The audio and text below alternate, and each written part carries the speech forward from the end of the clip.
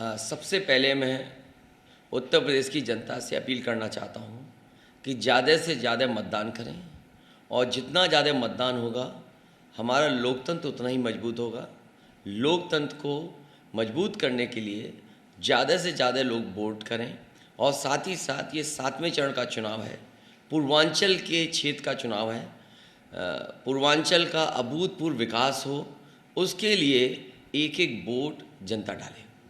आपने इतना लंबा चुनाव देखा, अब बिल्कुल लास्ट में आ रहे हैं, आप कैसे इसको देखते हैं और अब आप किस उम्मीद तक पहुंच रहे हैं, क्योंकि आप 3 दिन बाद रिजल्ट की है। उत्तर प्रदेश की जनता ने ये चुनाव अपने बुनियादी मुद्दों का चुनाव समझ करके लड़ा। उत्तर प्रदेश के नौजवान चाहते थे उन्हें रोज़गार, नौकरी मिले, 5 साल तक इंतज़ार करते रहे। किसानों को लगा कि उनकी आय दोगुनी नहीं हुई।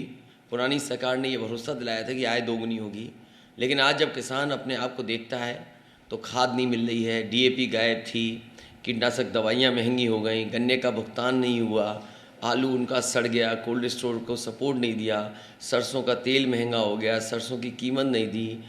तो ये तमाम सवाल जो किसानों के और नौजवानों के और व्यापारियों के थे, उन सवालों पर, बुनियादी सवालों पर चुनाव हुआ है। मैं जनता को बधाई देता हूँ कि लाख कोशिश करने के बाद भी जनता ने अपनी बुनियादी समस्याओं पर ही मतदान किया है। सर, एक चुनाव में 7 मार्च आज हो गया, जो प्रचार का दौर चला है, जो लोग कह रहे थे कि इससे पहले कि अक्टूबर तक कि समाजवादी एग्जिस्टेंट में नहीं, लेकिन आप जैसी नवंबर में आए, जो रैलियों का दौर शुरू हुआ, रथ यात्रा हुई, तो वो चुनाव एक बाइपोलर की तरफ बढ़ गया। किस तरह से देखते हैं, कितनी रैली और कितना है और ये कितना महत्वपूर्ण रहेगा इस पूरे चुनाव में? मैं सबसे पहले जनता का धन्यवाद दूंगा जो जन समर्थन हर कार्यक्रम में मिला, और इसकी तैयारी कोई एक दिन में नहीं हुई है। मुझे याद है कि समाजवादी पार्टी ने लगातार प्रशिक्षण शिविर चलाए थे। उन ट्रेनिंग कैंप्स के माध्यम से कार्यकर्ताओं को बुला करके ट्रेनिंग दी गई थी, और कई बार कार्यकर्ताओं से 1-to-1 मुलाकात का ही परिणाम है कि समाजवादी पार्टी का कार्यकर्ता अपनी जिम्मेदारी को समझते हुए उसने जिम्मेदारी निभाई और जनता के बीच में समाजवादी पार्टी की बातों को बताया। और मुझे खुशी है इस बात की कि चाहे वो समाजवादी पूर्वांचल एक्सप्रेस रहा हो, जो समाजवादी सरकार में जगह जगह मेडिकल कॉलेजेस बन रहे थे, एम्बुलेंस की जो सर्विसेज थी, डायल 100 में जो खामियां नज़र आईं, शिक्षा 3 साल की चौपट हो गई, फ़ौज में भर्ती नहीं हुई, और जिस तरीके से नौकरियों को जो परीक्षाएं हुई, एक परीक्षा के बाद दूसरी परीक्षा रद्द होती गई, पेपर आउट हुए। सरकार जानबूझ करके रोज़गार, नौकरी नहीं देना चाहती थी, और नौजवान जिस तरीके से अपमानित हुआ, समय समय पर यहाँ मांग लेकर के लखनऊ आए, वो अपमानित होकर के गया, उसके साथ व्यवहार खराब हो। ये तमाम सवाल हैं जिनका जवाब भारतीय जनता पार्टी की सरकार के पास नहीं है। उन्होंने जो जनता की मदद करनी चाहिए थी कोरोना में और लॉकडाउन में, वो भी जनता ने देखा कि किस तरह मजदूर भाई पैदल पैदल चले गए और उनकी कोई मदद नहीं हुई। कोरोना में जिस बड़े पैमाने पे लोगों की जान गई, दवाई के लिए भागते रहे, ऑक्सीजन के लिए इधर उधर भागे, लेकिन सरकार ने ऑक्सीजन भी नहीं दे पाए। इसलिए ये तमाम मुद्दे हैं जो सरकार की नाकामी दिखाते हैं। और फिर डबल इंजन की सरकार जिन्होंने बोला हो, तो इसलिए जनता इस बार डबल इंजन की सरकार की झूठ की पटरियों को उखाड़ने के लिए तैयार है। आप किस बस जा रहे हैं, आप भी कह रहे हैं आपका भी है, आप कितना कॉन्फिडेंट हैं 10 मार्च को? समाजवादी पार्टी का पहले ही दिन से टारगेट ये था कि उत्तर प्रदेश में 400 सीटें कैसे जीती जाए, और जब टारगेट इतना बड़ा था तो उसकी तैयारी उसी हिसाब से की।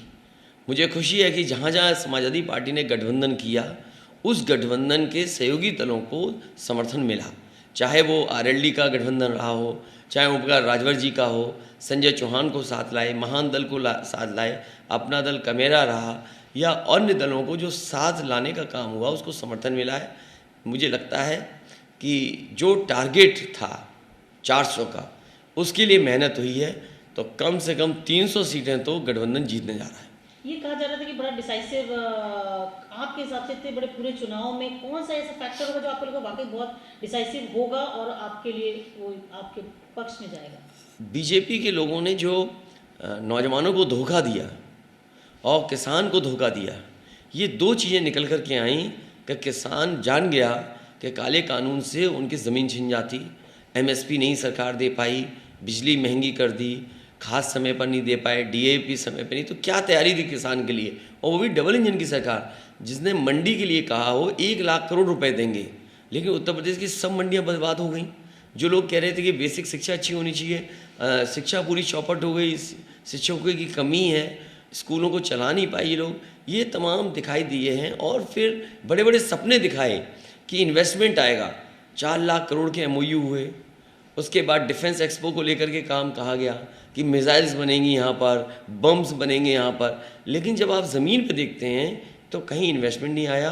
वो तमाम बम वाली बातें, मिसाइल वाली बातें केवल बातें रह गई। सर, इस चुनाव में एक जो देखा गया है कि जो भाषा का स्तर है वो काफ़ी गिरा, जो इससे पहले के चुनाव में नहीं रहा। आपने भी अपनी जितनी स्पीचेस कहीं आपने इस बात को एक इशू बनाया कि जो भाषा का स्तर है वो लगातार गिरता जा रहा है, इस पूरे चुनाव में गिरा हुआ देखा गया। बीजेपी ने अपनी नाकामी छिपाने के लिए इस तरह की भाषा का इस्तेमाल किया। उदाहरण के लिए है, यूक्रेन में जो बच्चे फंसे रहे, बच्चों की जो मदद होनी चाहिए थी, भारतीय जितने परिवार थे उनकी जो मदद होनी चाहिए वो नाकाम रही।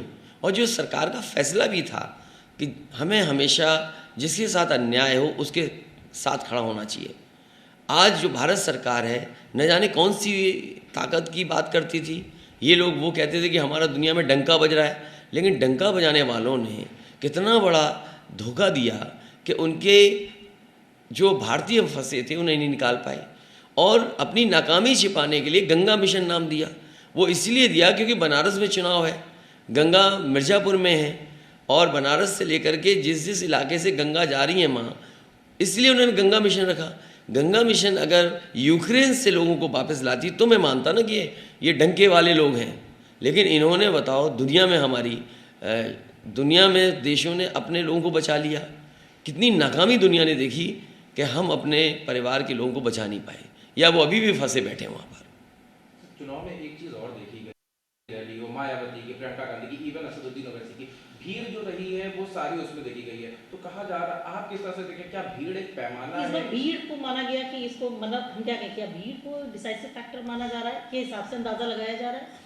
नहीं, देखिए जो जन समर्थन मिला है, लोग लोकतंत्र में नेता को देखने और सुनने आते हैं और बाद में वो फैसला लेते हैं। मुझे लगता है कि कई जगह लोग देखने आए हैं, वोट नहीं मिलेगा, सुनने आए हैं, उन्हें भी वोट नहीं मिलेगा। उदाहरण के लिए कि कई बार दूसरे हिस्से में जहाँ हजारों की भीड़ होती थी, वहाँ पर कई दलों को 500-200 वोट मिले। तो मैं समझता हूँ भीड़ आने की बात अलग है, लेकिन जब जनता अपने मुद्दों पर फैसला लेती है तो उन्होंने देखा है कि समाजवादियों ने किस तरीके से विकास की और उत्तर प्रदेश को ले जाने का काम किया। मैंने इसीलिए कहा कि समाजवादी सरकार बनेगी तो पूर्वांचल को अभूतपूर्व विकास की तरफ जोड़ने का काम करेंगे। ये पूर्वांचल एक्सप्रेस वे किसी भी नेता ने मुझसे नहीं मांगा था, क्योंकि नेताजी चुनाव आजमगढ़ से लड़ते हैं। गाजीपुर एक पुराना हमारा हिस्सा रहा है समाजवादियों का, मऊ जैसा क्षेत्र है, या बलिया समाजवादियों का क्षेत्र। उस समय सरकार में पूर्वांचल को मुख्य धारा से जोड़ने के लिए समाजवादी पूर्वांचल एक्सप्रेस वे दिया गया। वो उतना ही बना है जितना समाजवादियों ने बनाया था, अभी भी वो आगे नहीं जोड़ पाए। अगर ये 20 किलोमीटर और बना देते तो शायद हाजीपुर गाजीपुर से जुड़ जाता, रोड एक बन रही है, आगे पटना के लिए रास्ता आसान हो जाता। लेकिन पिछली सरकार ने जितना समाजवादियों ने काम किया था उतना ही किया। और फिर उस हाईवे के दुर्दशा ये है कि राइडिंग क्वालिटी बेकार है, जो वाइडनिंग होनी चाहिए थी वो वाइडनिंग उतनी नहीं है। मीडियन इन्होंने खा लिया केवल इसलिए कि झूठा प्रचार करने के लिए, दूसरे लोगों को धोखा देने के लिए इसलिए किया। मैं ये कह सकता हूँ इस चुनाव में पूर्वांचल की जनता को अभूतपूर्व विकास से जोड़ने का काम समाजवादी लोग करेंगे, और उन्हें भरोसा भी है इस बात का कि समाजवादी लोग आते हैं तो विकास होता है। कितनी भी भीड़ आ जाए किसी के यहाँ, लेकिन जब वो आकलन करेंगे, कोई कैसी भी भाषा का इस्तेमाल कर ले, घोर परिवारवादी शब्द इस्तेमाल हुआ, लेकिन वो अपने परिवार को भूल गए। उनके दल में कितने बड़े परिवारवादी लोग बैठे हुए हैं, वो अपना भूल गए हैं। अपनी नाकामी छिपाने के लिए, जानबूझ करके ध्यान हटाने के लिए इस तरह की भाषा का इस्तेमाल हुआ है। एक और बात रही है, जो डीबीटी के थ्रू पैसा दिया वो एक बड़ा डिसाइसिव रोल प्ले करेगा। महिलाएं बड़ा साइलेंट वोटर हैं जो उनको वोट कर रही हैं, क्योंकि बड़ा माताओं बहनों के लिए एंटी रोमियो स्क्वाड हो या मिशन शक्ति चलाए। आप कैसे देखते हैं, क्योंकि आपकी रैली में हमने यूथ बहुत स्पॉन्टेनियसली आपके साथ आ रहा था या आपको सुनने आ? बीजेपी के लोगों ने जब सबको परेशान कर दिया, हर परिवार में लोग दुखी हो गए, दवाई के लिए तरस गए, तब जाकर के ये भोजन दिलाया। कौन भूल जाएगा कि लोग पैदल पैदल अपने घर पहुंचे थे? कौन भूल जाएगा कि 90 मजदूर मरे थे उत्तर प्रदेश में? सरकार ने क्यों मदद नहीं की उन 90 परिवारों की? समाजवादियों ने हर परिवार की मदद की। बीजेपी वाले बताएं कि एक गर्भवती माँ जो महाराष्ट्र से चली थी, ललितपुर में उसको बेटी पैदा हुई, किसी ने मदद नहीं की। 3 घंटे के आराम के बाद वो फिर अपने घर गांव पैदल पैदल चली गई। मैं जानना चाहता हूँ ये सरकार कहाँ थी उस समय? एक बच्चा लॉकडाउन जो पैदा हो गया बॉर्डर पे, वो अपने घर नहीं पहुँच पाया क्योंकि दोनों तरफ लॉकडाउन था, नेपाल और भारत में। तो सरकार उस समय कहाँ थी? सरकार ने धोखा दिया। ये केवल राशन इसलिए बांट रहे हैं कि उन्हें वोट चाहिए, और फिर ये राशन भी तो जनता के पैसे का है। ये जो नमक की बात कर रहे हैं कि वोट अगर इनको नहीं दोगे तो नमक हरामी है।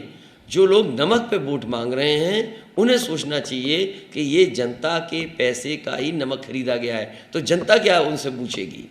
इसलिए बीजेपी को ये भाषा नहीं इस्तेमाल करनी चाहिए कि अगर नमक दिया है, वोट नहीं दोगे तो आप नमक के साथ धोखा कर रहे हो। असली ये है कि गरीब जनता के साथ गरीब का ही पैसे को ये गरीबों को बांट रहे हैं।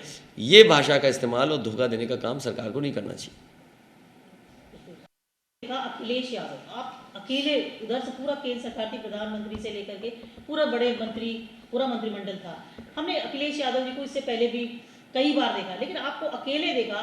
आप अब आपको कितना देखते हैं कि कितना बड़ा लीडर, ये आपने अपने आप को प्रूव पहले भी किया, लेकिन इस बार मैंने अकेले आपको, हम लोगों ने देखा कि पूरे 7 चरण तक आप अकेले, एक तरफ पूरा सरकार मंत्रिमंडल था, एक तरफ अखिलेश यादव। भारतीय जनता पार्टी के जितने भी बड़े नेता आए थे ये सब झूठ बोलने आए थे। इन्होंने कभी भी डीजल पेट्रोल की कीमत बढ़ती हुई पे जवाब नहीं दिया। जो सिलेंडर इन्होंने फ्री बांटे थे उस समय कीमत क्या थी? आज जब वोट मांगने जा रहे तो कीमत क्या है? जिस तरह बेरोजगारी थी, आपने कोई इन्वेस्टमेंट नहीं लाए, एक इन्वेस्टमेंट की बात नहीं की। एक आपने फ़ौज में जो भर्ती उत्तर प्रदेश से सबसे ज़्यादा नौजवान फ़ौज में जाते थे उसके बारे में एक शब्द नहीं किया। तो जनता समझ गई कि ये वो लोग हैं जो दिल्ली से धोखा और झूठ बोलने आए हैं। इसलिए जनता ने अपने बुनियादी सवालों पर ही चुनाव को रखा, और मुझे खुशी है कि समाजवादी पार्टी के साथ न केवल नौजवान बड़ी संख्या में आए बल्कि बुजुर्ग व किसानों ने भी समर्थन दिया, मजदूर भाइयों ने भी समर्थन दिया, बड़े पैमाने पे माताओं बहनों ने समर्थन दिया, क्योंकि उन्होंने देखा कि किस तरीके से एम्बुलेंस उनके लिए चली थी, किस तरीके से समाजवादी पेंशन बटी थी। इन्होंने तो झूठ बोला कि हमने लैपटॉप और टैबलेट बांट दिया, सबको स्मार्टफोन बांट दिया। मैं तो याद है कि मुख्यमंत्री जी जाने कितनी सभाओं में कहा कि 2 करोड़ स्मार्टफोन बांट दिए, जबकि बांटे कुछ भी नहीं इन्होंने। तो इसलिए ये झूठ बोलने वाले थे, धोखा देने वाले थे, और लोकतंत्र में जनता समझ जाती है ऐसे लोगों को, इसलिए जनता ने समर्थन इन्हें नहीं दिया इस बार। हर चुनाव, हर मतदान पे हमने देखा, हर उस चरण पे हमने देखा कि मुद्दे बदलते रहे।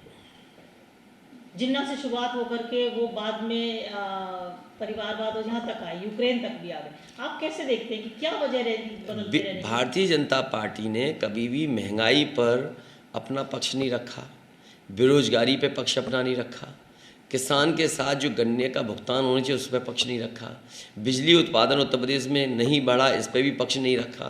तो असली सवाल ये था कि आपको असली मुद्दों पे बात करनी नहीं थी, इसीलिए आप वो सवाल उठा रहे थे जिनका जनता से कोई लेना देना नहीं था। ये सवाल इसलिए उठाए जा रहे थे जनता को गुमराह करने के लिए। लेकिन मुझे खुशी है कि जनता उत्तर प्रदेश के अभूतपूर्व विकास को और समाजवादियों के किए हुए विकास पे भरोसा उन्होंने जताया। 10 मार्च के लिए आप कितना आश्वस्त हैं? और अब आप चूंकि अगर सरकार बनते हैं तो आपका पहला क्या वो रहेगा काम, जो हम कह सकते हैं कि पहले तो मैं परिणाम देखूंगा कि परिणाम क्या आ रहा है, और मुझे उम्मीद है कि उत्तर प्रदेश की जनता 300 से पार समाजवादियों के और गठबंधन को जिताएगी। और आज जो 7वें चरण का चुनाव होने जा रहा है, इसमें पूर्वांचल की जनता को मैं भरोसा दिला सकता हूं कि समाजवादियों को जब भी मौका मिलेगा तो अभूतपूर्व विकास पूर्वांचल का कराने का काम समाजवादी सरकार में होगा।